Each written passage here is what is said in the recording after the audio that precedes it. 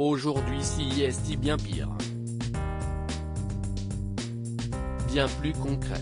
Après s'être battue pendant plusieurs années contre la maladie de Hodgkin, les proches de Françoise Hardy annonçaient en 2019 que la chanteuse était touchée par un cancer du pharynx.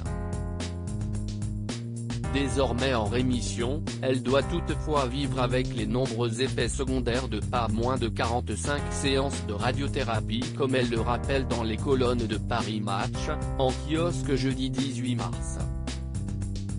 Privée de salive depuis 3 ans, comme elle le précise, Françoise Hardy a donné des détails sur son état de santé. Et ceux-ci sont terribles pour elle.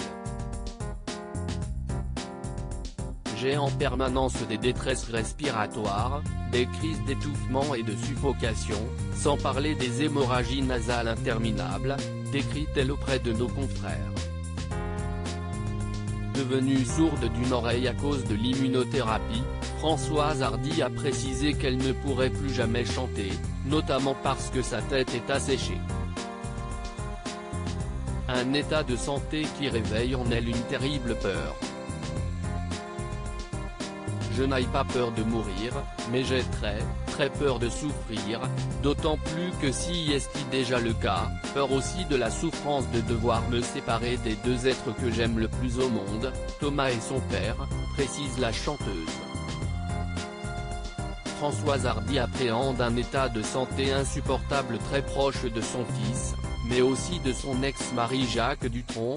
Françoise Hardy appréhende déjà ce moment, où son état de santé pourrait décliner au point que son quotidien deviendra trop douloureux. Et elle déplore qu'en France, contrairement à quelques voisins européens comme la Belgique, l'euthanasie soit interdite pour soulager les malades. Quand mon état deviendra encore plus insupportable, je n'aurai, hélas, pas le soulagement de savoir que je peux me faire euthanasier, explique la chanteuse de bientôt 77 ans qui conclut, la France est inhumaine sur ce plan-là.